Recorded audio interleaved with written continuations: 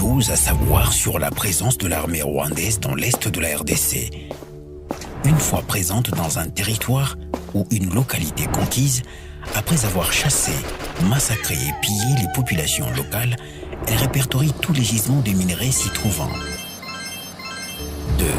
Ensuite, elle recrute des adolescents ou des enfants pour travailler comme des forçats et gratuitement dans des carrières de mines en violation des droits de l'homme. 3. Bénéficiant de certaines complicités locales, les matières premières seront acheminées via la petite barrière entre la ville de Goma et Gisenyi ou le poste frontalier de Bunagana, un peu plus au nord. 4.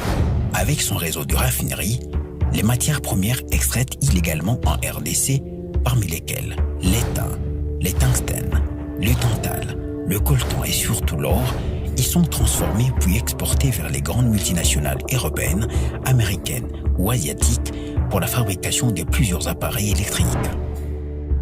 5.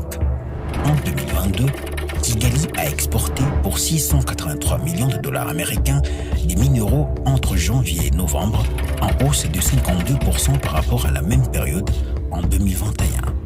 Une hausse qui coïncide avec la période où l'activisme militaire de Kigali, prouvé et documenté par les experts des Nations Unies, s'est accru dans l'est de la RDC, causant des milliers de déplacés et de morts qui s'ajoutent aux plus de 6 millions d'autres enregistrés au cours de 2 dernières décennies. N'y l'oubliez pas, le Rwanda tue en RDC.